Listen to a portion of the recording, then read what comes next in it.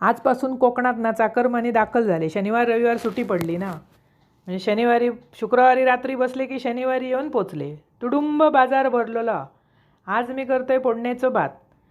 शेळो भात होतो त्याका हळद आणि मीठ व्यवस्थित पुसून घेतलंय. चवीपुरता मीठ घाला. एक कढई घेतलं, त्याच्यात घातलंय तेल. फोडणीक लसूण घातलंय. लसूण ठसठशीत फोडणी दिल्यावर बारीक चिरून कांदो, उभी चिरून मिरची. फोडणीच्या भाताक जरा कांदो जास्त घाला म्हणजे चव भारी येता.